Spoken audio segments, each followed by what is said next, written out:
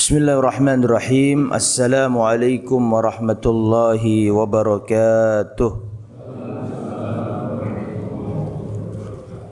Innal hamdalillah nahmaduhu wa nasta'inuhu wa nastaghfiruh wa na'udzu billahi min shururi anfusina wa min sayyiati a'malina.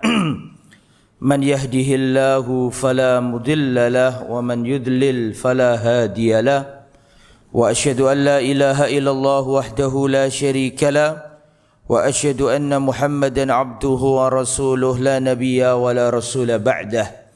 Allahumma salli wa sallim wa barik ala nabiyyina Muhammadin wa ala alihi wa sahbihi wa man sara ala nahjihi ila yaumiddin, amma ba'd. Para hadirin rahimani wa rahimakumullah, alhamdulillah kita bersyukur kepada Allah diberi kemudahan sehingga bisa kembali bertemu di Masjid Al-Burhan. Semoga perjalanan kita menggugurkan dosa-dosa kita semua. Amin ya rabbal alamin. Tayyib, kita lanjutkan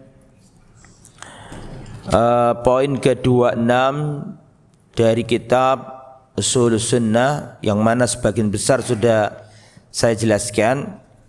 Saya baca ya.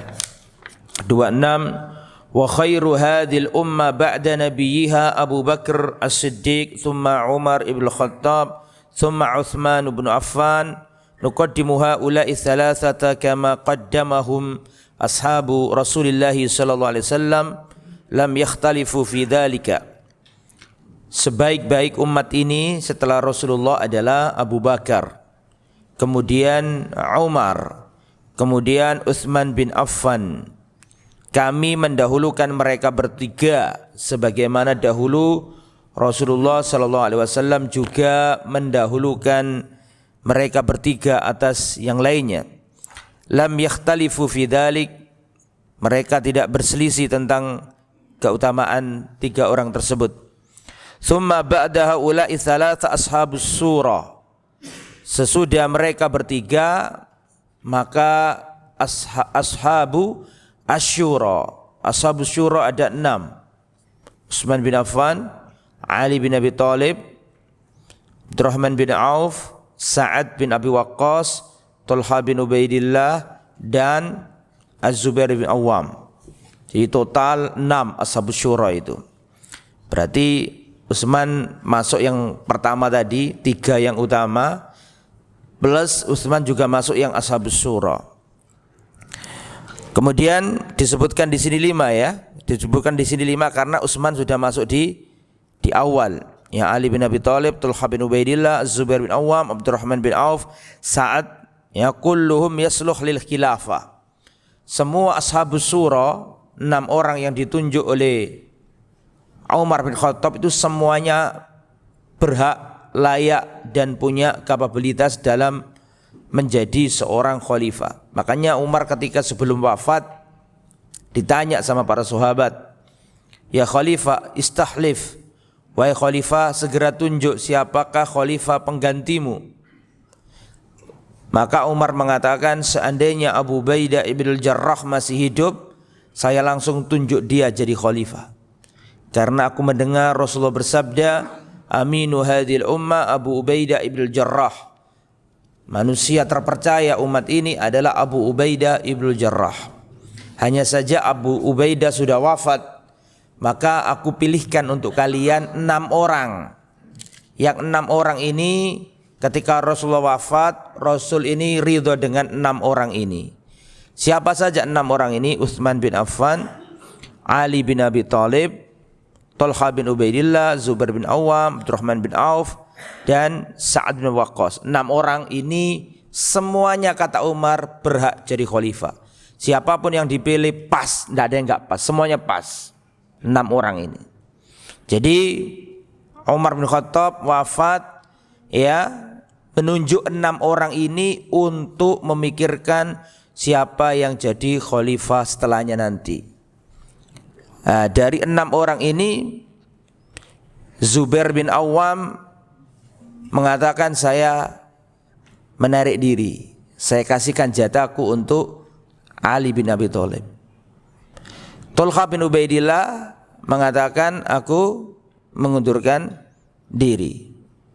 Ya, aku mengundurkan apa? Mengundurkan diri. Aku kasihkan untuk salah satu dari mereka.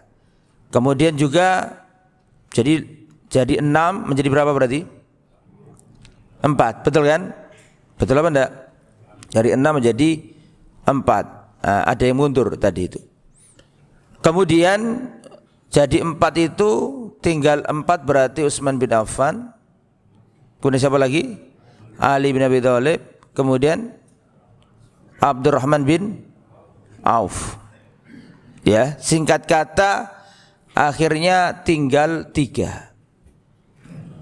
Ya, singkat kata akhirnya tinggal 3 karena yang lain mengundurkan diri. Nah, kemudian ikhwatal iman, dari 3 ini berarti tinggal Abdurrahman bin Auf, Utsman bin Affan dan Ali bin Abi Thalib radhiyallahu anhu. Karena setiap orang dari 3 itu mengundurkan diri dikasihkan temannya.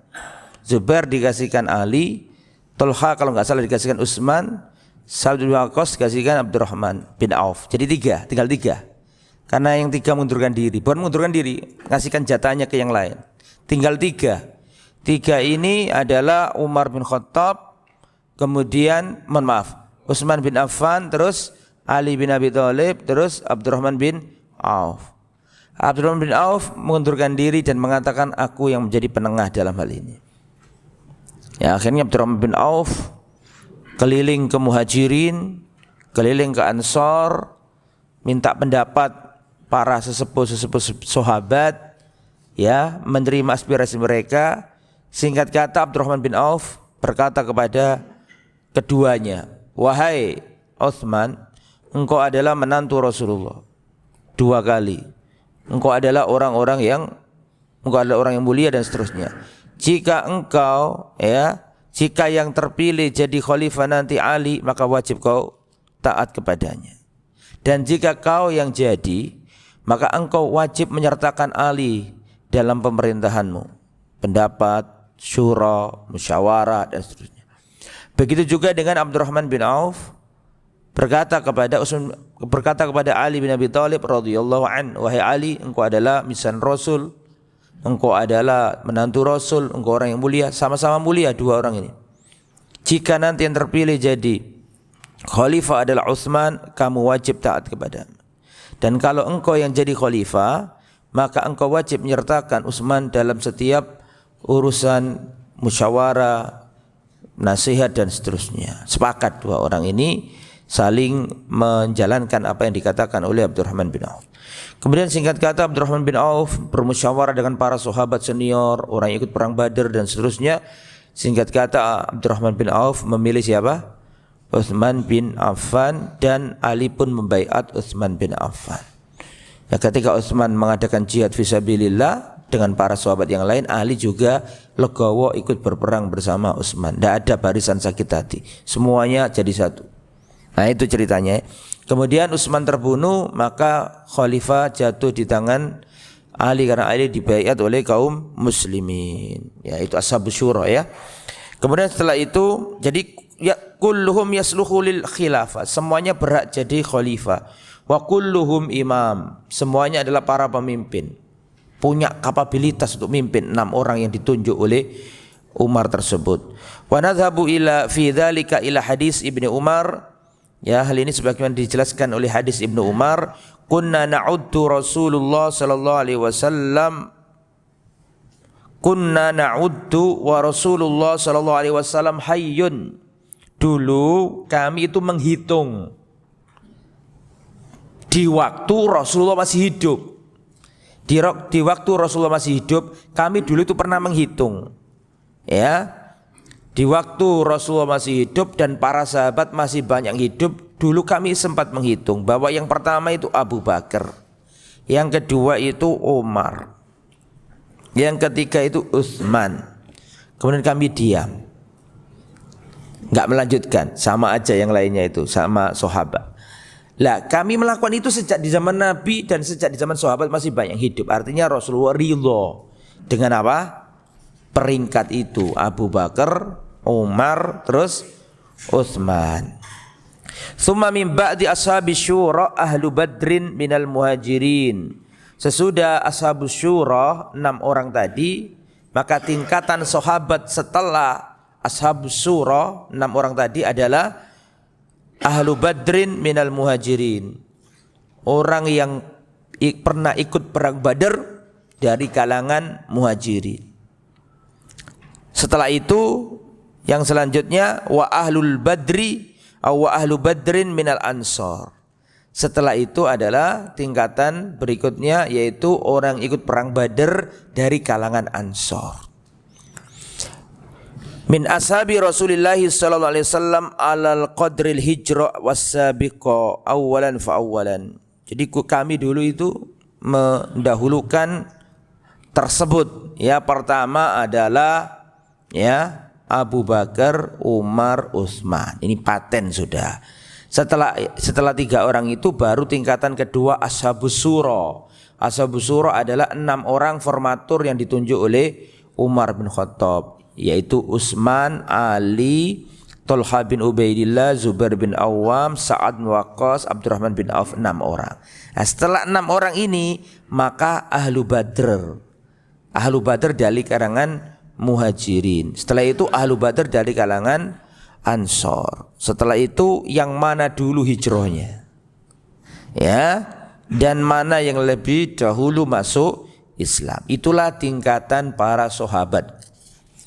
Tapi secara keseluruhan mereka adalah orang-orang yang mulia, yang Allah turunkan ayat Al-Quran dari langit memuji mereka dalam banyak ayat. Salah satunya adalah surat At-Taubah ayat 100. Was-sabiqunal awwalun minal muhajirin wal ansar walladzina tabauhum bi ihsan radhiyallahu anhum wa radu'an. Dan orang-orang yang terdahulu yang awal kali masuk Islam dari kalangan muhajirin dan dari kalangan ansor, serta orang yang mengikuti mereka dengan baik, kata Allah, radhiyallahu anhum, Allah ridha kepada mereka semua. Ya, dulu Rasulullah itu ada namanya bai'atur ridwan, bai'at yang berada di bawah pohon. Itu ada 1.400 sahabat inti yang ketika berbaiat itu Nabi mengatakan tidak ada di muka bumi ini kaum yang lebih baik dari kalian. Itu jumlahnya sahabat yang baiat di pohon itu 1.400 dalam baiatur ridwan. Kata Nabi, di muka bumi ini tidak ada orang yang lebih baik dari kalian. Nah, ini namanya sahabat yang ikut baiatur ridwan. Kita lanjut. Fa'adnahum suhbatan huwa afdalu minal qarnil ladzi lam yarahu. Nah, perhatikan, serendah-rendahnya derajat persahabatan dengan Nabi itu lebih utama daripada generasi yang tidak melihat Nabi. Sahabat gak bisa dibandingkan dengan tabi'in. Sehebat-hebatnya tabi'in tak mampu mengalahkan sahabat yang meskipun kadar kesahabatannya itu gak lama sama Nabi. Ya, tetap gak bisa. Fa'adnahum suhbatan huwa afdalu minal qarnil ladzi lam yarahu. Maka serendah-rendahnya derajat mereka selama dia sahabat, dan gak ada sahabat yang rendah, semuanya tinggi. Cuman tetap namanya manusia ya ada tingkatannya kan gitu kan. Mana sahabat yang lebih utama, mana yang sebentar sahabatannya, tetap ada. Ya, enggak ada sahabat rendah, enggak ada. Tapi maksudnya di sini adalah sahabat yang sedikit, yang sebentar saja melihat Nabi, itu kedudukannya lebih tinggi daripada para tabi'in yang enggak sempat lihat Nabi. Ya, tetap sahabat yang lebih mulia. Walau laqallaha bijamil a'mal, meskipun di zaman tabi'in melakukan seluruh amal soleh, tetap enggak bisa ngalahkan zamannya sahabat. Ya, masih ingat enggak hadisnya Nabi, la tasubbu ashabi walau anna ahadakum anfaqa mithla uhudin ma balagha mudda ahadihim wala nasifa. Kata Nabi, jangan kalian mencela para sahabatku. Seandainya kalian berinfak emas sebesar Gunung Uhud tak mampu mengalahkan 1 mud segini atau setengah mud sedekahnya sahabat. Dan mud nggak mungkin emas, gandum, kismis, kurma dan seterusnya. Jadi nggak mampu. Ya, nggak ada tabiin yang lebih utama daripada sahabat. Dan syarat menjadi sahabat Nabi itu 3.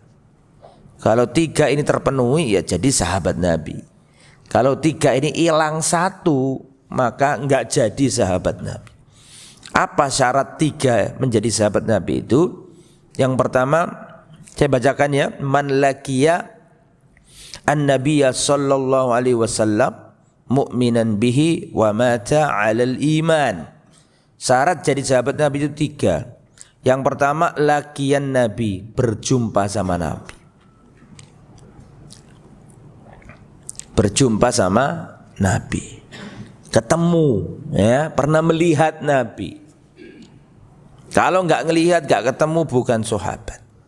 Makanya An-Najasyi, Raja Habasyah Afrika pada waktu itu Islam, iman sama Nabi, tapi nggak ketemu Nabi. Cuma ada surat-suratan saja sama Nabi dan masuk Islam, tidak terkategorikan sahabat. Tidak terkategorikan sahabat, tapi terkategorikan tabi'in, muhadram, ya. Jadi syarat yang pertama adalah al-liqa, bertemu sama Nabi. Syarat yang kedua tidak hanya bertemu, kalau sekedar bertemu ya Abu Jahal bertemu, Abu Lahab ya bertemu, kemudian Umayyah bin Khalaf juga ketemu. Maka syarat yang kedua adalah mu'minan bihi, iman kepada Nabi. Meskipun ketemu, kalau nggak iman ya bukan sahabat. Jadi syarat yang pertama ketemu, syarat yang kedua itu adalah mu'minan bihi, beriman kepada Nabi. Belum cukup, harus ada syarat yang ketiga, yaitu wa mata 'alal iman, harus mati dalam keimanan. Karena ada yang ketemu Nabi, iman sama Nabi, ikut hijrah ke Madinah. Di Madinah dia membunuh orang, terus murtad balik ke Mekah lagi. Ada. Maka ini tidak terkategorikan apa? Sahabat, karena dia murtad. Lah syaratnya ada 3, bertemu, iman, dan mati dalam keadaan iman. Kalau 3 terpenuhi, maka dia sahabat. Dan sahabat yang paling akhir wafatnya, manusia terakhir yang wafat, yang 2 pasang matanya pernah melihat Rasulullah, adalah Anas bin Malik. Ya, Anas bin Malik adalah sahabat Nabi yang apa? Yang terakhir wafat. Ya, sahabat Nabi yang terakhir wafat adalah Anas bin Malik. Anas bin Malik ini ketika Rasulullah hijrah datang dari Mekah ke Madinah itu umurnya 10 tahun, ya. Umurnya 10 tahun. Kemudian ibunya bawa bocah kecil yang umurnya 10 tahun ini kepada Rasulullah. Kalau 10 tahun kan ya berarti kurang lebih SD kelas 6. Betul dah? Mohon maaf, SD kelas 4. SD kelas 4. Iya, SD kelas 4 kurang lebih. Itu si Anas bocah kecil diajak ke Rasulullah oleh mamanya yang bernama Ummu Sulaim. Dan Ummu Sulaim mengatakan, "Ya Rasulullah sallallahu alaihi wasallam, sesungguhnya anakku Anas ini sangat cerdas. Tolong biarkan dia bersamamu ya Rasulullah, dan dia berkhidmat kepadamu." Ya, dia berkhidmat kepadamu, melayani dirimu. Kemudian ikhwatal iman rahimani wa rahimakumullah, sampai Rasulullah sallallahu alaihi wasallam wafat, itu Anas bin Malik tidak pernah meninggalkan Nabi, kemana bareng Nabi, sampai Rasulullah hampir wafat masih sama Nabi. Jadi Anas bin Malik adalah anak kecil, bocah kecil yang melayani Nabi, kemana-mana bareng Rasulullah sallallahu alaihi wasallam. Ya, sampai Rasulullah wafat, Nabi kan di mana? Madinah 10 tahun. Karena diangkat jadi Nabi umur 40 tahun, 13 tahun dakwah di Mekah. Betul? Setelah itu hijrah ke Madinah, berarti hidupnya Nabi di Madinah berapa tahun? 10 tahun itu Dari semenjak datangnya sampai wafat itu ditemani sama bocah kecil. Namanya siapa tadi? Anas bin Malik. Berarti Rasulullah wafat, Anas ini umurnya berapa? 20 tahun, masih kecil banget ya ketika bersama Nabi. Itu merekam semua jejaknya Nabi. Ya, makanya ada kitab namanya Syama'il Nabi, itu kebanyakan perawinya adalah siapa? Anas bin Malik. Nah, kemudian Anas bin Malik ini pernah dibawa oleh uminya kepada Rasulullah dan uminya berkata, "Ya Rasulullah, tolong doakan bocah kecil ini, Anas bin Malik ini." Terus didoakan sama Rasulullah sallallahu alaihi wasallam, "Allahumma aksir malahu wa waladahu ya wa barik fihima." Ya Allah, perbanyaklah ya hartanya Anas ini, dan ya berbanyaklah pula anak keturunannya, dan berkailah dalam keduanya. Terus zaman berlalu, Rasulullah wafat, Abu Bakar juga wafat, ya banyak sahabat yang wafat. Ini Anas masya Allah ya membuktikan doanya Nabi, lama nggak wafat-wafat dan kaya raya luar biasa, lama nggak wafat. Bahkan beliau adalah sahabat Nabi yang paling terakhir wafatnya, pemilik dua pasang mata yang melihat Nabi yang paling lawas di muka bumi, ya sampai terakhir wafatnya ya Anas ini. Kaya raya dan anaknya 100 lebih. Anas bin Malik kena doanya Rasulullah SAW ya. Anaknya 100 lebih, jadi insya Allah ya istrinya enggak satu ya. Ya, taib. Nah, itu kemudian fa'adnahum suhbatan huwa afdalu minal qarnil ladzi lam yarauhu. Sahabat Nabi yang paling sedikit persahabatannya dengan Nabi jauh lebih baik daripada generasi setelahnya, itu tabi'in. Meskipun dia melakukan banyak amal soleh, bahkan Nabi membuat perumpamaan seandainya orang setelah para sahabat berinfak emas sebesar gunung Uhud, itu nggak akan mampu mengalahkan satu mud sodakonya sahabat. Karena sahabat itu juga dalil bahwa yang dinilai Allah tidak sekedar amal. Itu juga dalil bahwa yang dinilai Allah tidak sekedar amal, tapi yang membuat dinilainya sebuah amal itu lebih adalah apa yang ada dalam hati. Hatinya sahabat jauh lebih ikhlas daripada hati orang setelahnya. Makanya kata Abdullah bin Mubarak, ada perkataan bagus silakan dicatat. Abdullah bin Mubarak mengatakan, "Rubba amalin saghirin tu'azzimuhun niyah, wa rubba amalin kabirin tusaghiruhun niyah." Kata Abdullah bin Mubarak, bisa jadi amalan itu kecil di mata manusia, tapi besar di mata Allah karena niat pelakunya. Dan bisa jadi amalan itu besar di mata manusia, tapi kecil di mata Allah, bahkan hilang karena niat pelakunya. Lah hati kita ini beda sama hatinya sahabat. Meskipun sebesar gunung Uhud emas kita infakkan, dia akan mampu dengan setengah mud segini lah, setengah mud. Sodakonya sahabat setengah mud ini nggak mungkin emas, gandum, tepung atau apa zaman dulu, nggak akan mampu.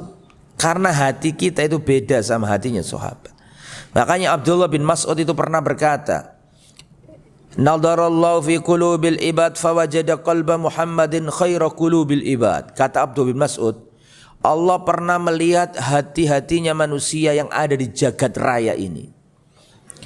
Fawajada quluba ashabi Rasulillah khaira qulubil ibad, dan Allah menjumpai hatinya Rasulullah adalah sebaik-baik hati di muka bumi. Maka Allah pilih, jadikan dia Rasul.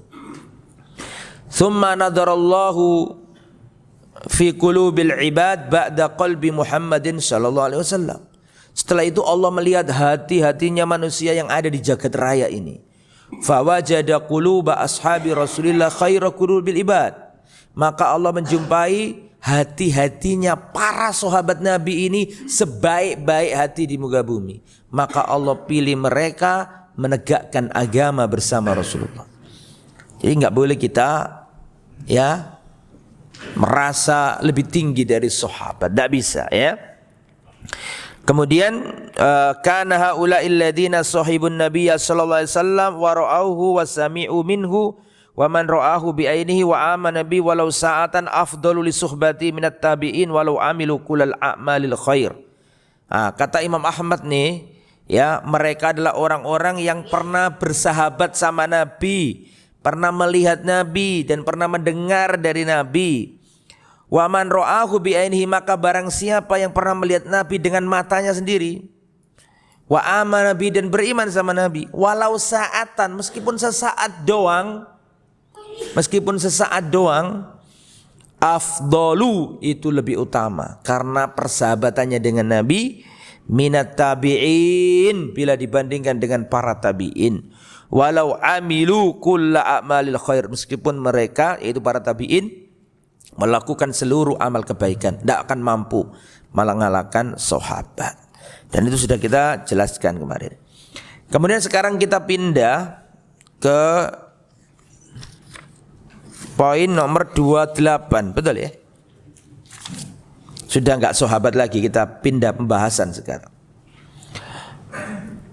Termasuk pokok-pokok ajaran Ahlus Sunnah, termasuk intisari dakwah Ahlus Sunnah wal Jamaah yang nomor 28.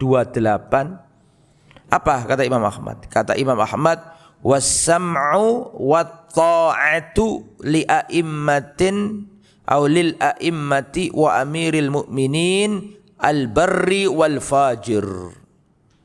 Wa man waliyal khilafata wajtama'an nasu alaihi wa radu bihi wa man alaihim bis-sayf wa man aliyahum bis-sayfi hatta sara khalifatan wa summiya amirul mu'minin. Termasuk dasar akidah, dasar pondasi Ahlus Sunnah adalah mendengar dan taat kepada pemimpin kaum muslimin, baik itu pemimpin yang baik maupun pemimpin yang buruk, tetap mendengar dan taat dalam kebaikan.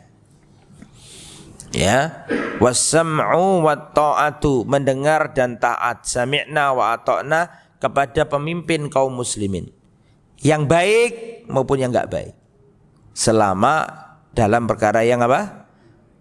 Yang ma'ruf, ya.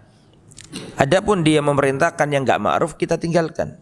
Tapi tidak boleh kita mengangkat senjata. Wa man waliyal khilafata, maka barang siapa yang menduduki jabatan sebagai khalifah, pemimpin, wajtama'an nasu alaihi, dan orang-orang sudah sepakat dengan orang itu, jadi presiden, jadi pemimpin, jadi raja, manusia sudah sepakat, ya, waradu bihi, manusia sudah ridho dengan keberadaannya itu, atau orang yang mampu menundukkan mereka dengan senjata, hatta sara khalifatan, sampai dia akhirnya jadi pemimpin, fasummiya amirul mu'minin, dan dia akhirnya menjadi pemimpin orang yang beriman. Singkat kata, termasuk manhaj Ahlus Sunnah wal Jamaah adalah taat dan patuh kepada pemimpin kaum muslimin selama perintah itu dalam perkara yang ma'ruf.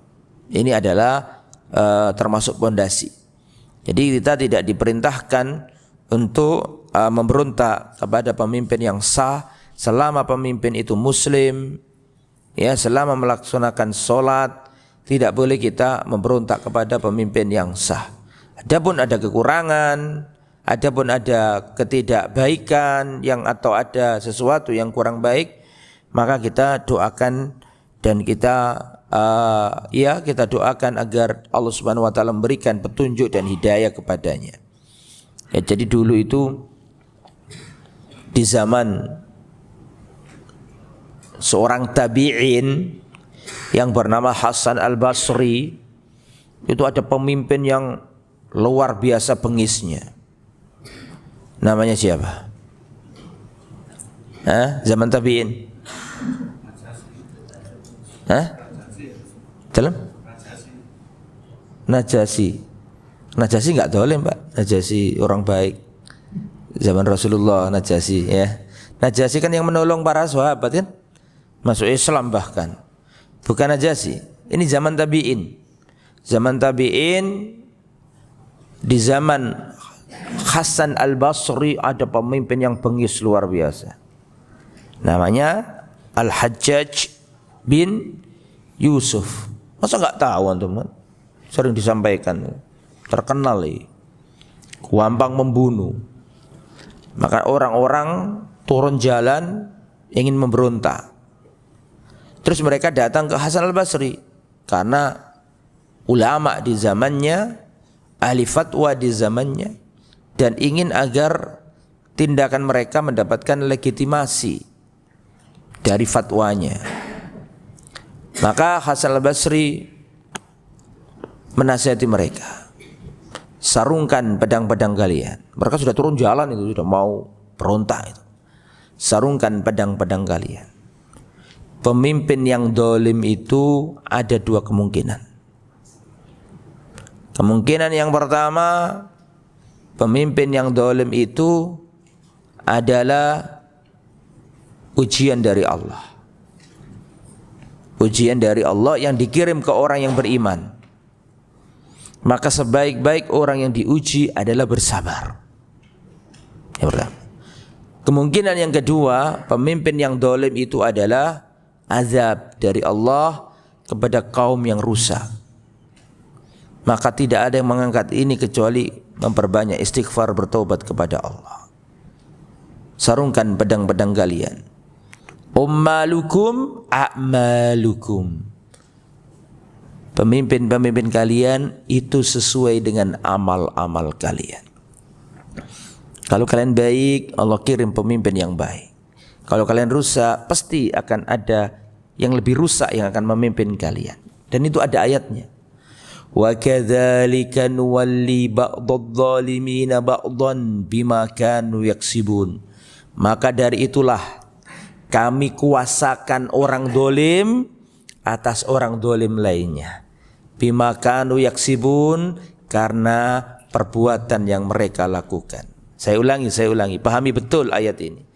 Maka demikianlah kami kuasakan orang dolim atas orang dolim lainnya. Bima kanu yaksibun, karena perbuatan-perbuatan mereka sendiri. Jadi kalau ada pemimpin dolim, itu ya karena rakyatnya dolim. Maka cara menghilangkan pemimpin yang dolim adalah kita dakwai umatnya ini supaya jadi baik-baik. Nek baik-baik akan Allah kirim pemimpin yang baik. Logikanya kan gini kan. Kalau ada pemimpin yang jelek itu, misalnya dalam suatu negeri ada pemimpin yang tidak baik itu memimpin, logikanya siapa yang milih? Rakyatnya. Kan gitu. Berarti sing milih ya podo. Ya, kan gitu kan logikanya. Berarti yang perlu didakwai dengan masif ya rakyatnya. Makanya kata Al-A'mash mengomentari ayat ini, jika tersebar di suatu negeri orang-orang dolim, maka Allah akan jadikan orang yang paling dolim untuk berkuasa di antara mereka. Ya, kita ini kadang-kadang menangisi pucuk daun yang kering. Padahal masalahnya bukan pucuk daun. Masalahnya adalah akar yang membusuk. Ya, pemimpin dari rakyat. Makanya kita harus memperbaiki diri, ya. Pemimpin yang dolim itu ada asal muasalnya, ya. Ini umum, saya enggak membicarakan negeri A, negeri B. Ini umum kaidah yang saya sampaikan ini. Bahwa Ahlus Sunnah wal Jamaah itu harus taat kepada pemimpin kaum muslimin. Ya, kata Imam Ahmad, al-bar wal fajir. Baik itu pemimpinnya baik maupun enggak baik. Dan ini perhatikan saya, Imam Ahmad ini bukan omdo, bukan omong kosong. Bukan omong doang. Sudah mempraktekkan itu. Pemimpinnya dolim. Siapa namanya? Kok hajat Imam Ahmad kok hajat? Sama jangan ngomong gak nyambung gitu. Siapa pemimpin di zamannya Imam Ahmad? Bismillah. Al-Ma'mun, yang Imam Ahmad dipenjara itu kan. Imam Ahmad dipecuti. Imam Ahmad tidak boleh menyampaikan ilmu, dijebloskan, dipukuli, dicambuk. Karena khalifahnya terpengaruh pemikiran Mu'tazilah. Itu Imam Ahmad tuh, perhatikan. Jadi Imam Ahmad ini sudah praktek langsung. Imam Ahmad itu pada waktu itu seluruh ulama tiarap. Salah satu madhab yang dipaksakan untuk dianut adalah madhab Mu'tazilah. Karena khalifahnya yang bernama Al-Ma'mun, ghafarallahu lahu wa rahimahullah, semoga Allah mengampuninya dan merahmatinya, terpengaruh dengan pemikiran Mu'tazilah bahwa Al-Quran itu makhluk. Maka mazhab ini harus diikuti seluruh ulama. Di Baghdad itu diadakan ujian, ulama dikumpulkan, qadhi, mahkamah dikumpulkan. Seluruh ulama ditanyai, apa Al-Quran itu? Makhluk, selamat ya. Jadi ada ujian, seluruh ulama dikasih pertanyaan. Kalau tidak mendukung Mu'tazilah kena hukuman. Nah, maka dari itu pada waktu ada yang macam-macam tipenya ulama. Ada yang ditanya, Al-Quran makhluk apa enggak? Wah, daripada aku dibunuh, dipenjara, ya sudahlah, iya Al-Quran itu makhluk, selamat. Ada yang cara yang kedua, hijrah. Ulama banyak hijrah dari Baghdad supaya menghindari penangkapan dan enggak mau ya melegitimasi kekeliruan. Maka lebih baik apa? Hijrah ke Mesir, hijrah ke mana-mana ulama. Itu yang kedua. Yang ketiga, memakai tauriyah. Memakai apa? Tauriyah. Ketika ditanya Al-Quran itu apa? Maka yang nomor tiga ini ngomong Al-Quran dan sunnah dua-duanya ini makhluk. Maksudnya dua-duanya ini tangannya ini loh. Al-Quran dan sunnah dua-duanya ini tangannya maksudnya makhluk. Itu namanya tauriyah. Ya, hatinya itu maksudnya ini. Cuman untuk permainan kata-kata biar selamat doang begitu. Selamat nih. Nah, Imam Ahmad tuh diantara tiga sikap itu nggak ada yang dipilih Imam Ahmad. Imam Ahmad nggak mau mengatakan Al-Quran itu makhluk supaya selamat. Imam Ahmad juga tidak mau hijrah ke negeri lain karena di Baghdad itu banyak umat yang perlu bimbingan. Imam Ahmad juga tidak bertauriyah seperti tadi itu, memakai kata-kata supaya selamat. Enggak. Terus apa sikapnya Imam Ahmad? Imam Ahmad dalam hal ini tegas dan mengatakan Al-Qur'anu kalamullah wa laysa bimakhluqin. Al-Quran itu kalamnya Allah dan bukan makhluk. Tangkap, jebloskan ke penjara, dipecuti sampai ganti khalifah 3 kali. Yang menyiksa mati ganti lagi, sampai mati ganti lagi. Semua nyiksa semuanya.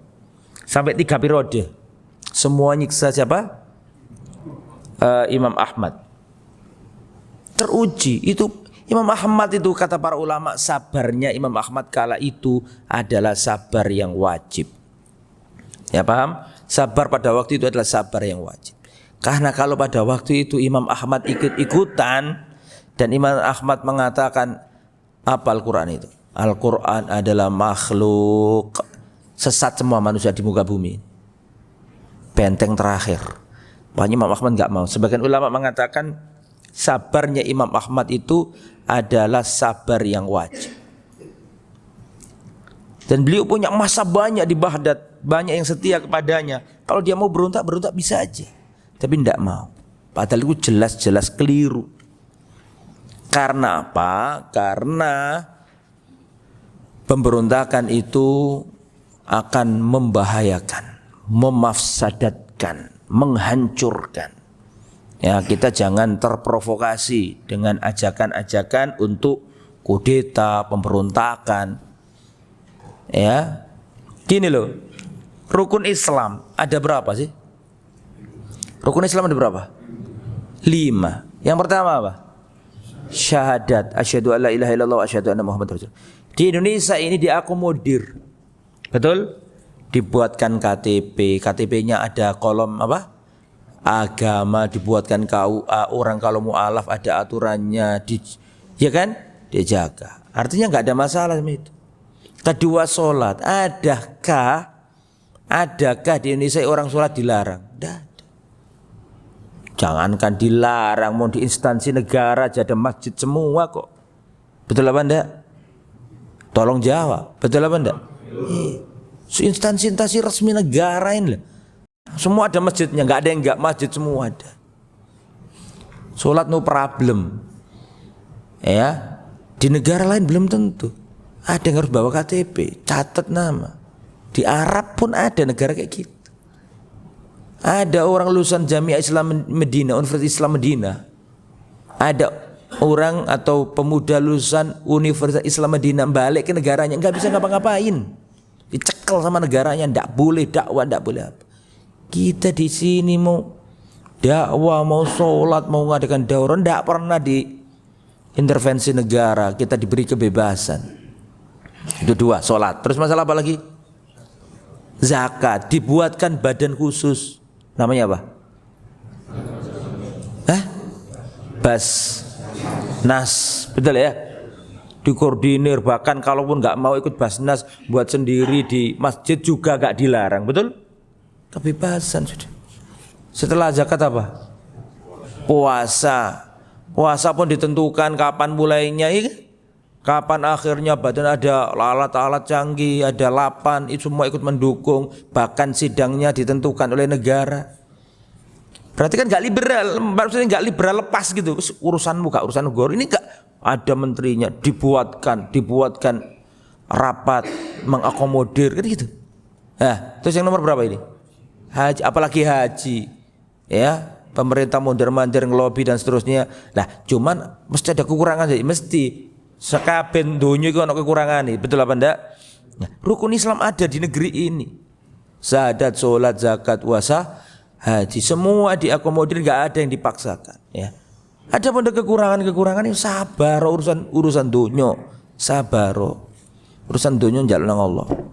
Ya, nah, misalnya ada oknum, ya ada oknum yang korupsi, atau itu urusan dia sama Allah Subhanahu Wa Taala. Tugas kita menyampaikan jangan korupsi, berdakwah dan seterusnya. Ada pada kesalahan-kesalahan itu urusan dia sama Allah Subhanahu Wa Taala.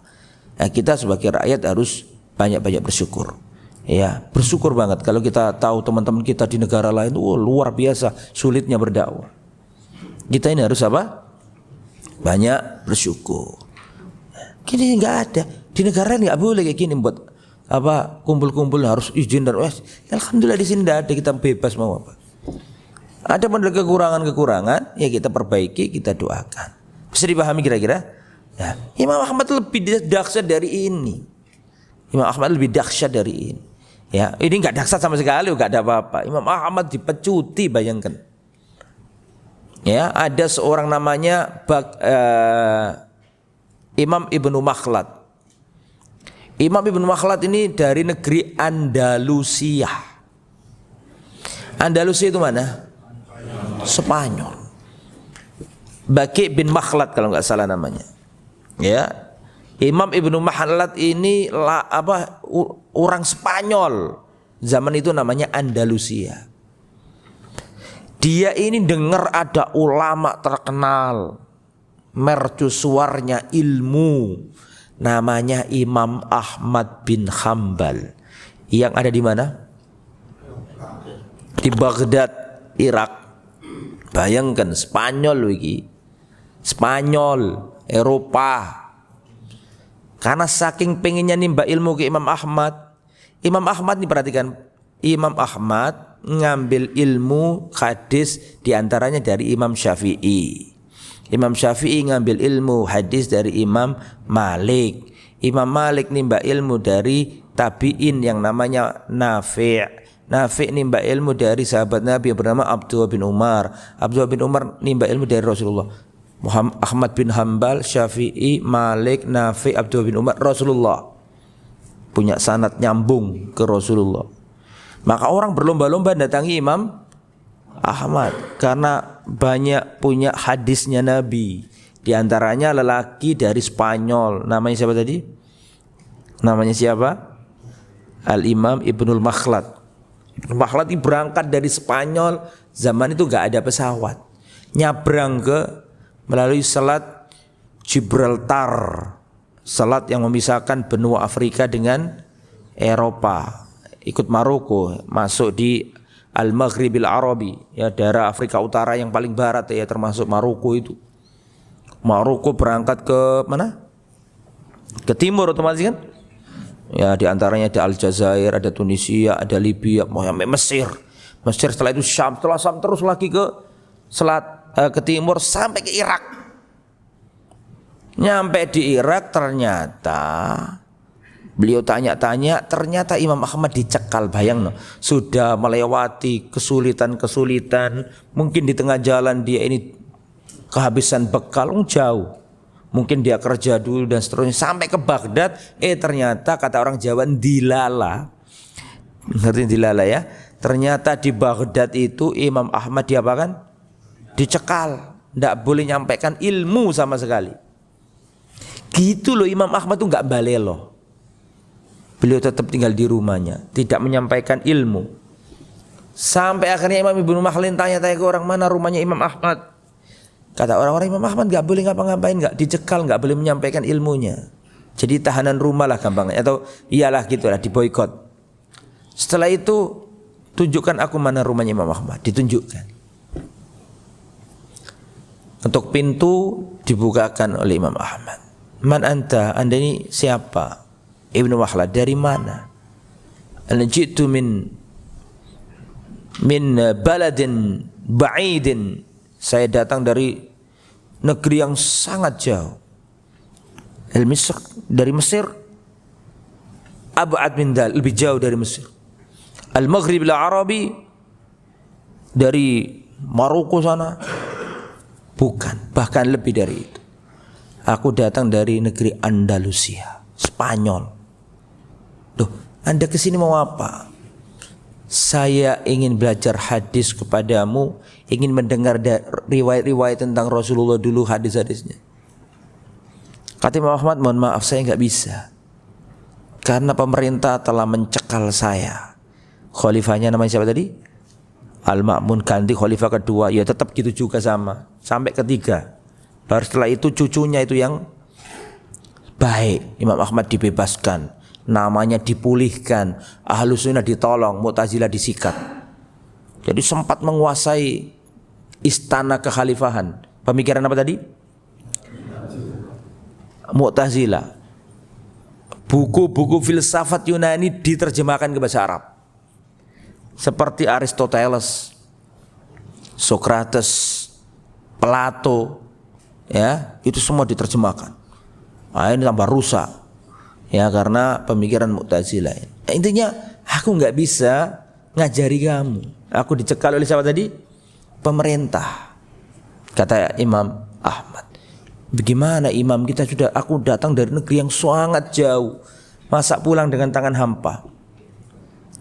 Terus begini aja Imam Ahmad, izinkan aku setiap hari datang ke rumahmu berpakaian compang-camping seperti pengemis. Dan nanti setiap hari aku datang ke rumahmu, mengetuk pintu, dan tolong sampaikan kepadaku satu hadis atau dua hadis setiap harinya. Makanya seorang penuntut ilmu, sering saya sampaikan cerita ini di mahasiswa, supaya tahu bagaimana seorang dulu itu menuntut ilmu rela jadi seperti apa? Pengemis. Akhirnya dia datang setiap hari pakai baju yang seperti pengemis, dibukakan pintu, disampaikan hadisnya Nabi. Qala Rasulullah qala Rasulullah SAW begini-begini. Setelah selesai pulang. Itulah para ulama dulu dalam menimba ilmu. Dia, lah Imam Ahmad ini ngajak kita taat kepada pemimpin, itu sudah membuktikan iya kan enggak kena kan musrah dengan pemerintah. Oh iya, wajar ngomong kayak gitu, dapat fasilitas dari pemerintah. Imam Ahmad enggak, disiksa. Ya. Di dakwanya dibredel, dicegah. Tapi beliau berjalan di atas manhaj, bahwa Rasulullah mengatakan, kan ada hadisnya. Ya. Apa kata Rasulullah SAW? Wassam'i wat ta'a wa in ta'ammaru 'alaikum abdun habasyun, wajib bagimu mendengar dan taat kepada pemimpin selama dalam hal yang apa? Ma'ruf. Itu ya. Terus itu masalah nomor poin berapa tadi? 2. 28. Kemudian kita tambah satu lagi atau dua. Wal ghazwu madin ma'al umara ila yaumil qiyamah al barri wal fajir la yutrak. Perang jihad fisabilillah dilakukan bersama para pemimpin yang baik maupun pemimpin yang buruk. Itu terus berlaku sampai hari kiamat, tidak boleh ditinggalkan. Ini dalam konteks negara Islam. Misalnya kalau ada negara Islam terus pemimpinnya itu ngajak jihad, maka kita wajib. Ya termasuk Indonesia ini, kalau pemimpinnya menyerukan rakyat harus gerilya misalnya, kayak zaman dulu, zaman penjajahan Bung Tomo, menyerukan arek-arek Surabaya untuk angkat senjata, kita harus ikut. Nah kita pakai contoh yang konkret aja lah gitu lah. Kayak di Surabaya ya siapa? Bung Tomo ngejak arek-arek Surabaya untuk mengusir penjajah, musuhnya jelas, jihad yang jelas gitu loh. Iki wong kafir londo gitu ya. Adapun jihad ngebom gereja. Ini negara Indonesia ini bukan negara perang. Tapi negara dakwah, bukan negeri kital, bukan negeri peperangan, tapi negeri dakwah, negeri kedamaian. Kita berdakwah, diterima alhamdulillah, enggak diterima sabar. Kalau dalam perang sekalipun, perang yang benar-benar perang, Nabi mengatakan jangan, kalau ada biarawan atau pendeta atau rohaniawan masuk ke gereja, jangan dikejar. Itu perang apa? Perang sungguhan, Rasulullah dan para sahabat masuk ke suatu negeri. Di antara pesannya Nabi adalah kalau kalian menjumpai gerejawan, pendeta, rohaniawan masuk ke gerejanya, jangan diapakan? Jangan dikejar, jangan dibunuh. Itu dalam kondisi yang benar-benar apa? Perang. Lah ini nggak ada perang, nggak ada apa. Mari ngono gereja dibom, terlepas dari siapa pelakunya kita juga nggak tahu itu siapa otak pelakunya. Mosok kok wong Islam ngelakoni ngono cek gobloke ngono lho. Ya. Kok gak mikir imbasnya kaya apa, dari segi syariat gak sesuai syariat. Dari segi imbasnya juga gak menguntungkan. Ya. Sing mateni sing ngebom gereja dhewe sing mati. Ya kan? Nah, ini kan nggak masuk akal, ya banyak kita nggak tahu itu urusan penegak hukum siapa yang melakukan, tetapi pikiran seperti itu tidak benar, ya. Jadi kalau jihad itu benar-benar jihad, ya, dan pemimpin menyerukan, ya maka kita harus sami'na wa ata'na, itu ya. Misalnya ada negara agresor datang, misalnya loh ya, ke Indonesia. Kemudian pemimpin kaum muslimin menyerukan kaum muslimin semuanya ini untuk mengangkat senjata, ya kita wajib taat. Tapi musuhnya jelas kan gitu kan. Ojo sesama anak bangsa ya, tukaran sing kene Allahu Akbar, sing kono Allahu Akbar pisan. Ini padha Islame gelut, ya gak boleh nek ngene iki. Gak boleh menumpahkan darah muslim, podo sesama bangsa. Jadi maksudnya nek musuhnya jelas gitu kan, terus dikontrol oleh pemimpin yang sah, ya kita taat. Tapi nek dipimpin oleh kelompok ini, kelompok itu, ya jangan, itu bukan jihad. Nanti akan terjadi kekacauan. Ya kan? Harus yang jelas, musuhnya jelas, kalimatnya jelas. Ya bukan karena sentimen golongan gitu loh ya. Wallahu a'lam. Kemudian nomor 30 yang terakhir ya, setelah itu tanya jawab, wa qismatul fai'i wa iqamatul hududi ilal a'immati madin laisa li akhadin an yata'ana alaihim wa la yunazi'ahum. Pembagian fai, harta rampasan perang dari kaum kafir yang kalah, dan penegakan hukum-hukum harus diserahkan kepada para imam atau pemimpin.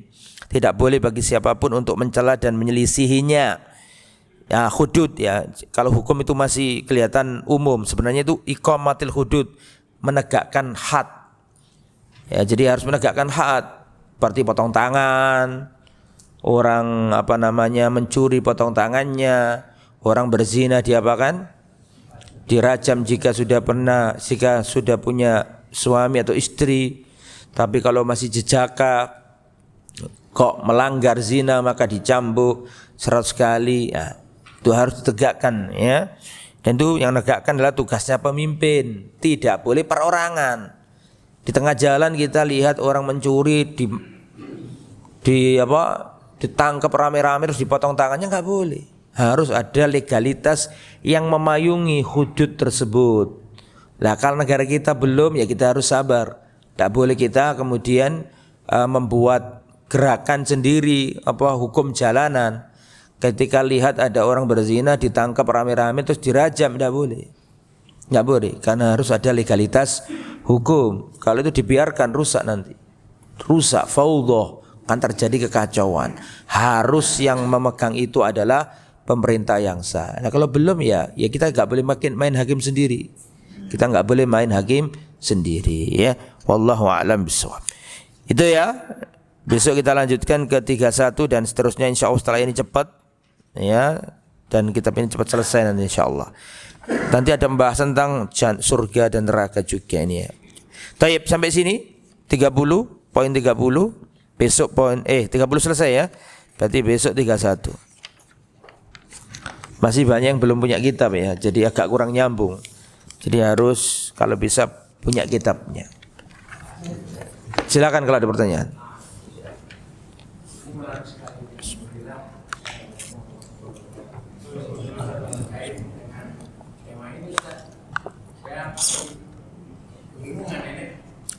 Jadi panjang itu ini saya melihat sistem negara, ya. Ini apakah kita akan itu linear dengan negara seperti yang kita ketahui sama-sama. Dulu di zaman Rasul itu ada dia ke Medina, sistem negara ke Medina, terus kemudian kekhalifahan. Ya. Terus kemudian untuk sekarang ini kan Saudi Arabia jelas beda, itu monarki. Ada Indonesia itu politik. Indonesia Saudi kenapa? Monarki, kerajaan. Iya, kerajaan monarki. Terus? Mungkin itu jadi pecahan kekhalifahan itu. Jadi saya ingin penjelasan dari apakah sistem pemerintahan yang nanti kita taati itu dia Medina, kekhalifahan, monarki Saudi Arabia. Terus, nah yang sekarang ini kan negara-negara itu beda-beda sistem sekali. Ada yang masih kerajaan, ada yang sistem republik, ada lain sebagainya. Indonesia, saya lahir di Indonesia, alhamdulillah. Dan mohon maaf kalau kita berbicara Islam itu mayoritas Indonesia itu Muslim. Dan di sini yang saya lihat juga, yang saya saksikan, ya kita bilang tetangga sebelahnya, mayoritasnya itu didominasi oleh dari kalangan Nahdliyin. Nah, kemudian diikuti Muhammadiyah, Al-Lisan, Persis. Maka Syiah ada di sini, Ahmadi ada di sini, macam-macam agama juga di sini. Sementara di Saudi enggak, mungkin ada tapi tidak mendominasi. Di Saudi itu kita, ya, atau mungkin sapi, ya. Terus kemudian kita fokuskan kepada Indonesia. Ketaatan kita masyarakat rakyat Indonesia pada hal ini itu tadi linear bisa bilang bahwa diakomodir hukum Islam itu di Indonesia itu, kalau pemerintah itu diakomodir hukum Islam. Tapi yang ingin saya tanyakan dia lain hal. Ada, ini saya menjalani bahwa sistem ekonomi perekonomian Indonesia riba. Sementara riba dikatakan dalam Al-Quran juga bagaimana. Terus kemudian penimbunan harta. Terus sistem judian. Di bursa saham ini judi. Banyak sekali orang banyak sekali. Lantas penguasaan sumber daya alam ini dikuasakan kepada pihak swasta, sementara di hadis Rasul SAW itu diatur oleh negara. Dan banyak lagi persoalan. Jadi mungkin saya ingin kejelasan kita bagaimana menyikapi sistem Indonesia, terus kemudian ketaatan kepada pemerintah. Nah, mungkin juga dilinearkan dari Saudi Arabia,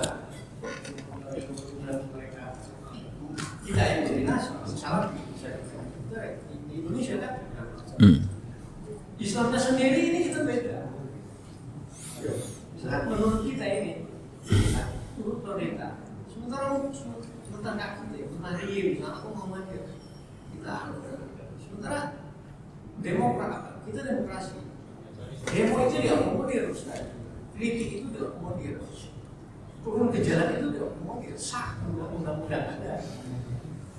Mudah-mudahan bisa tanya saya seperti apa sikap kita ini? Berhasil. Iya.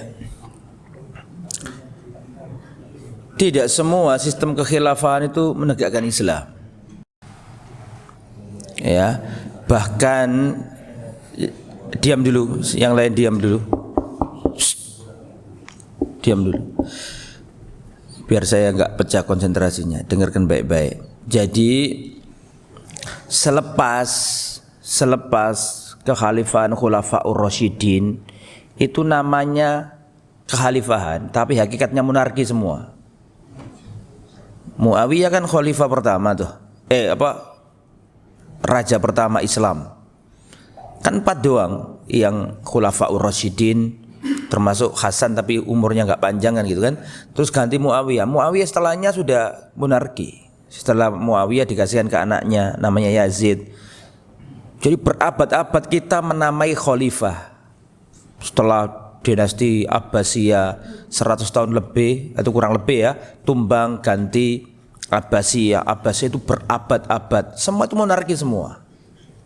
Monarki semua mereka, ganti anak, ganti bapak, ganti anak, ganti anak. Setelah itu nanti diganti dinasti Ayyubiyah.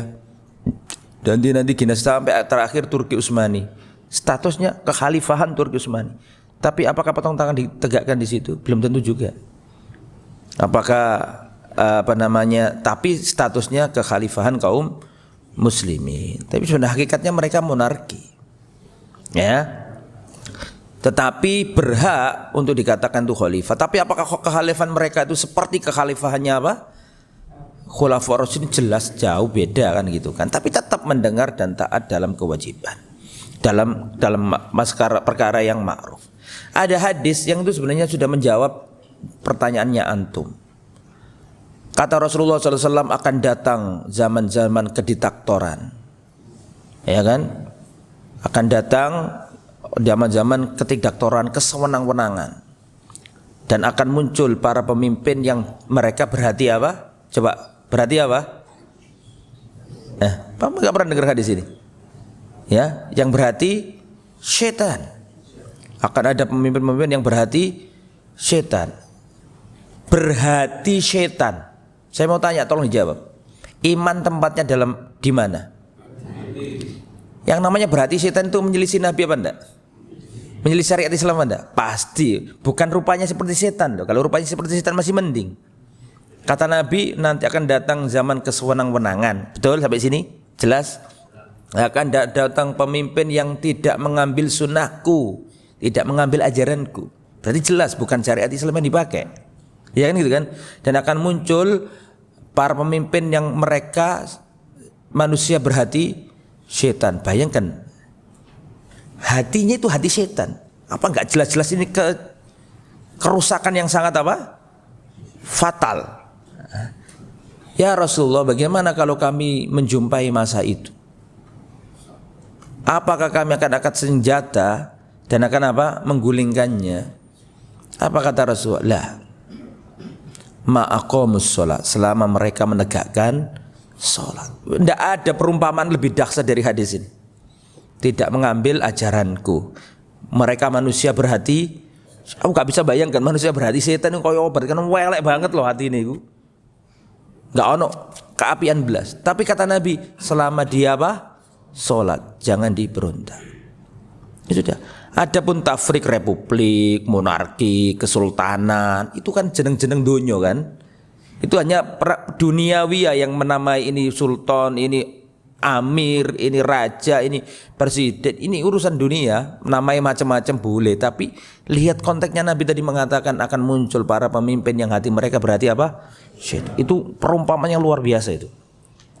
Terus kata Nabi, ditanya bagaimana kalau kita menjumpai masa itu? Kata Nabi apa? Apakah kami akan memberontak kepadanya Rasul, menggulingkannya, mengambil ketaatan kami? Kata jangan. Ma'aqamus sholat, selama mereka menegakkan sholat. Kalian ya perhatikan, berikan hak mereka. Hak mereka dipatuhi, ada lampu merah patuh, bayar pajak patuh misalnya. Karena itu kalau nggak gitu kita sendiri yang kena, atau misalnya ada aturan apa kita ikuti. Tunaikan hak mereka dan mintalah hakmu kepada Allah. Kalau kamu nggak dikasih haknya, mintalah sama Allah. Berarti kan di situ menunjukkan bahwa tetap Pak, kalian sabar selama mereka apa? Dan insya Allah pemimpin kita nggak sampai segitunya kan gitu kan? Kita sholat masih nggak ada masalah. Kekurangan pasti, nggaknya di sini. Zaman kekhalifahan itu ada pemberontakan itu biasa. Umayyah nih kurang apa? Dinasti Umayyah nih, kekhalifahan negakkan hukum disikat sama Abbasiyah, mati kabeh. Ganti Abbasiyah. Al-Amin ini Harun ar-Rasyid yang terkenal itu. Tahu Harun ar-Rasyid? Tahu Harun ar-Rasyid? Harun ar-Rasyid yang sering ceritanya sama Abu Nuwas. Tapi nggak bener cerita-cerita. Harun ar-Rasyid khalifah yang mulia, punya anak dua, Al-Amin sama Al-Ma'mun. Al-Amin itu dari istri yang Arab, Al-Ma'mun dari istri yang Persia. Yang diangkat jadi khalifah duluan Al-Amin. Al-Amin jadi Harun ar-Rasyid wafat, Al-Amin jadi khalifah. Al-Amin dibunuh Al-Ma'mun dulure dhewe. Al-Ma'mun ngangkat jadi terangkat jadi apa? Jadi intrik-intrik ada. Ya. Apa kemudian dikatakan khilafah terus pasti bener? Sorry ya. Kalau antum lihat sejarah-sejarah itu memang bener khilafah, kita enggak bagian dari Islam, cara Islam mengatur itu gitu loh. Tapi selain khulafaur rasyidin itu ada kekurangan-kekurangan juga, tapi tetap disuruh taat. Ya. Turki Utsmani, kita tahu sendiri Turki Utsmani pada waktu itu termasuk menghalalkan mengkeramatkan apa? Kubur-kuburan juga. Ada kekurangan-kekurangan di sana itu. Ya, termasuk itu tadi ada monarki, ada kepresidenan, ada kesultanan, ada kerajaan macam-macam.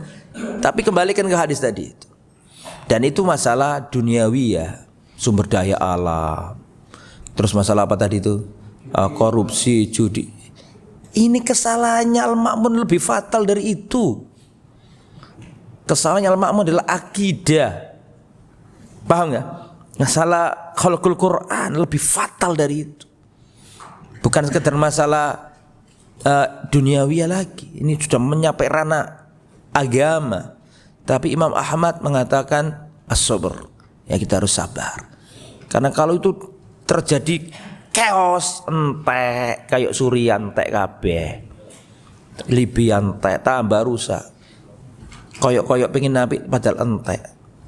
Pemimpin yang dolim 60 tahun lebih baik daripada satu malam tidak ada pemimpin. 60 tahun pemimpin dolim, tapi kehidupan masih berjalan, ada aturan. Tapi kalau chaos, ndak ada pemegang kendali 2 malam saja, wah hancur Pak Surabaya. Terjadi penjarahan, terjadi pembunuhan, bakar-bakaran, entek. Nah makanya harus apa? Itu maksudnya gini loh, karena darah kaum muslimin itu mahal. La zawalud dunya ahwanu indallah min qatli rajulin muslim.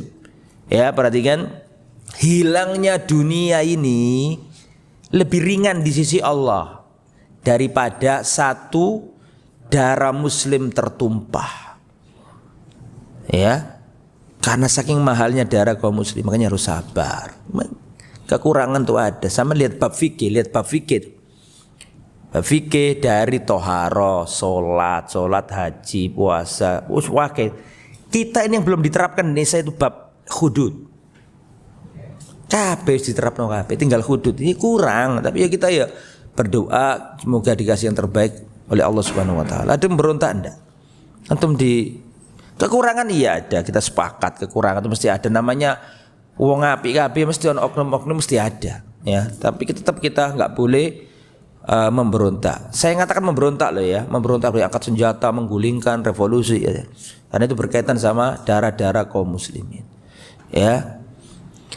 Koyok-koyok ya. Seperti yang terjadi di negeri-negeri Arab, diproksi sama orang-orang barat. Proksi semua. Jadi kita kasih tahu zaman. Saya pernah mewakili kampus saya. Saya pernah mewakili kampus saya diundang di markas tentara. Kasih, wah luar biasa. Ini memang sing ngomong tentara. Jadi gue instruksi langsung dari panglima kayaknya. Jadi apa namanya? Nanti energi itu akan semakin hari semakin habis. Maka seluruh negara besar itu berkepentingan untuk mendekati negara yang punya energi banyak. Dan Indonesia yang termasuk yang punya energi banyak karena dilalui garis mau njaluk apa iso ono kabeh. Indonesia ono kabeh, mau kayu, mau iwak sak arat-arat. Betul apa ndak? Ono kabeh Indonesia. Maka Indonesia seperti perawan seperti gadis manis perawan yang diincar oleh negara-negara besar. Ini ngomong duduk aku lagi nirokno Pak tentara ini komandan ini. Amerika lihat berkepentingan, Cina berkepentingan. Lah, kalau zaman dulu ingin menguasai negara itu langsung kan teman-teman kan, datangkan apa? Tentara dihancurno, ekonomi diambil. Sekarang nggak zaman, tidak ada perang kayak gitu sekarang. Sekarang zamannya apa? Proxy war, proxy, dicari yang oposisi, wah dikai, danai, mana yang nggak cocok ini. Misalnya di Suriah, ini misalnya di Libya, oposisi dikasih bantuan, di proxy, yang pemerintah dipanas-panasi, dan ada penyulutnya, ada buzzer-buzzernya untuk menciptakan itu semua, supaya terjadi apa? Chaos, chaos, podo rugi nih. Podo apa? Rugi nih, makanya harus sabar. Kekurangan ada, kita harus sabar. Begitu kan? Wallahu a'lam bishawab. Silakan. Waalaikumsalam warahmatullahi wabarakatuh. Zaman Rasulullah kan kalau pemimpin itu meninggal menunjuk pemimpin baru yaitu Abu Bakar, setelah itu terus Umar, terus Utsman. Sampai sekarang ini umat Islam seluruh dunia apa ada pemimpin yang memegang satu kendali bagi umat Islam sedunia itu? Ada pemimpin. Jadi kita pada pemimpin dunia kaum muslimin yang menunjuk khalifah atau pemimpin umat Islam seluruh dunia. Iya. Terima kasih. Wassalamualaikum warahmatullahi wabarakatuh. Assalamualaikum. Enggak menunjuk ya, Rasulullah tidak pernah menunjuk. Rasulullah tidak pernah menunjuk siapa yang jadi khalifah setelahnya, tidak ada. Tapi setelah Rasulullah wafat, kaum muslimin sepakat menunjuk siapa? Abu Bakar As-Siddiq. Adapun Umar langsung ditunjuk oleh Abu Bakar. Jadi enggak satu cara, tidak satu cara. Rasulullah enggak pernah nunjuk. Cuma ada isyarat-isyarat, tapi bukan nunjuk loh ya. Isyarat-isyarat seperti ketika Rasulullah sakit, yang suruh ganti imam siapa? Abu Bakar. Isyarat kuat, korina indikasi-indikasinya kuat. Nah, kalau Abu Bakar iya nunjuk langsung. Artinya boleh ya. Nunjuk tapi yang ditunjuk bukan keluarganya. Itu bedanya dengan sistem apa tadi? Monarki. Kalau monarki kan nunjuk plus yang ditunjuk itu anake, dulure kan gitu. Abu Bakar langsung nunjuk tapi bukan monarki. Yang ditunjuk adalah orang yang paling berhak di zamannya. Siapa? Umar. Nah, Umar ini yo gak nunjuk, tapi justru malah ngasih formatur ya gitu kan. Ngasih berapa orang tadi? 6 orang. Biarkan 6 orang ini yang apa? Yang memikirkan siapa yang akan jadi khalifah. Jadi itu gak ada masalah. Bahkan sistem kerajaan pun kalau sudah jadi ya sah. Ya meskipun itu gak afdol ya. Tapi kalau jadi sah, para ulama sepakat tentang legalitasnya. Bani Abbasiyah, Bani Umayyah punya legalitas mereka. Secara fikih tidak cacat, sah mereka. Cuman memang kurang afdol bila dibandingkan dengan kekhalifahan apa tadi? Khulafaur Rasyidin. Terus sekarang ini khalifah kita siapa? Ya tidak ada, Pak. Ya. Mosok sampean elok ISIS sojo bahaya ISIS. Sekarang ISIS kan mendeklarasikan apa? Kekhalifahan lah, kita tidak ikut karena nggak usah saya jelaskan, sampai sudah tahu sendiri bagaimana ISIS itu. ISIS itu juga nggak jelas. Itu juga penuh intrik, nggak tahu kerjaannya siapa, orangnya siapa, nggak tahu kita juga.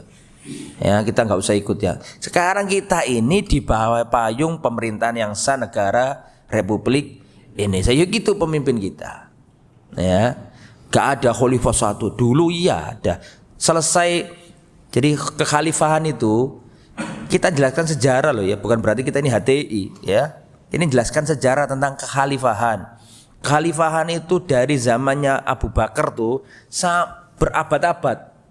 Ya, berabad-abad sampai kemarin sore 1924.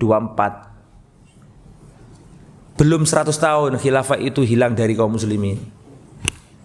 Paham? 1924. Dibubarkan sama Mustafa Kemal Atatürk.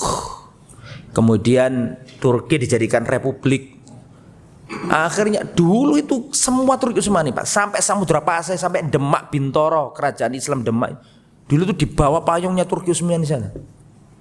Samudra Pasai, mana Samudra Pasai itu? Aceh, itu di bawah payung Turki Utsmani. Lah ini kaum kolonialis, imperialis, Londo, Inggris kan jojo menjajah kan? Jojo India, jojo Indonesia, jojo Filipina, macam-macam dijajah kan. Nah, mereka ini ngerti ini sulit dijajah kecuali harus diruntuhkan yang pusatnya kan gitu kan. Maka mereka membuat konspirasi, Turki ditumbangkan, Turki Utsmani disikat sehingga nggak ada kekhalifahan, otomatis nggak harus njogo negeri-negeri ini dicaploi. Londo nyaplok Indonesia, Spanyol nyaplok Filipina, Inggris nyaplok Malaysia, Brunei, India, Pakistan, Bangladesh, Perancis nyaplok Afrika, jadi gitu. Karena sudah nggak punya. Nah, kita siapa kalau nggak ada? Ya kita pemimpin kita ya Pak Jokowi saat ini. Ya mendengar dan taat selama dalam perkara yang ma'ruf. Ada kurangan kita doakan. Ya, wallahu a'lam. Assalamualaikum warahmatullahi wabarakatuh.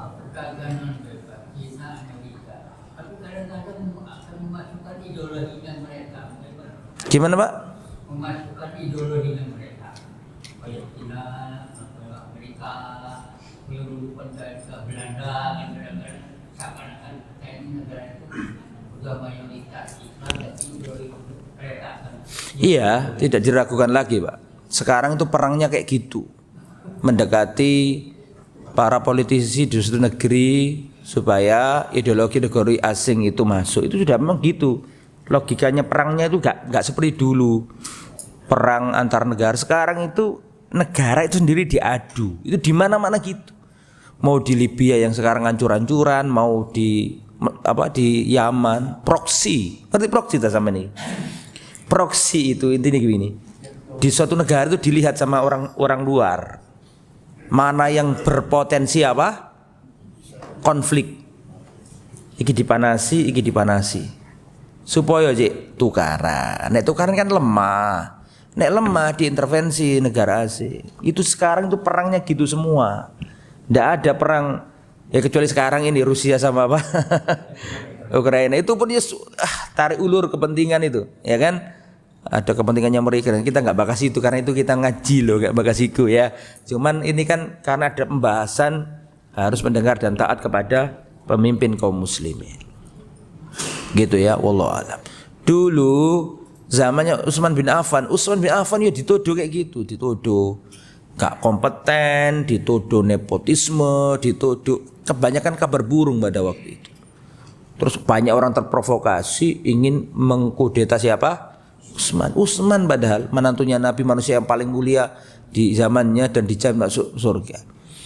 Nanti dinasti Umayyah gitu juga. Ini membuat hambur-hamburkan uang negara, selalu ada kekurangan itu dan akan ada orang yang nggak setuju karena bergonta-ganti dan terjadi kekacauan. Para ulama membuat aturan, membuat manhaj. Buku ini ditulis dengan merujuk ke hadisnya Nabi ya, begitu mendengar dan taat dalam perkara yang ma'ruf. Kecuali kalau pemimpin mengatakan dilarang sholat, gak usah ditaati, tetap sholat sampai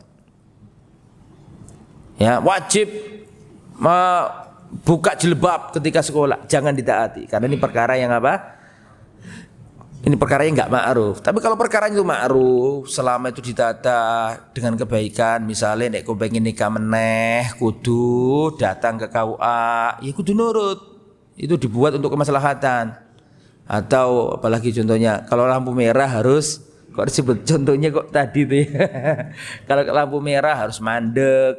Nah, ini kebaikan. Kalau apa namanya, KTP wis mati, kudu ngurus, SIM mati, kudu ngurus, ikuti aja itu untuk kebaikan kita semuanya. Ya meskipun masih ada yang meragukan, tapi sudahlah itu kan urusan dunia, mereka sudah mengatur, kita taati. Sudah sampai sini kita anggap cukup. Insyaallah kita lanjutkan pada pertemuan yang akan datang insyaallah. Subhanakallahumma bihamdika asyhadu an la ilaha illa anta astaghfiruka wa atubu ilaik. Assalamualaikum warahmatullahi wabarakatuh.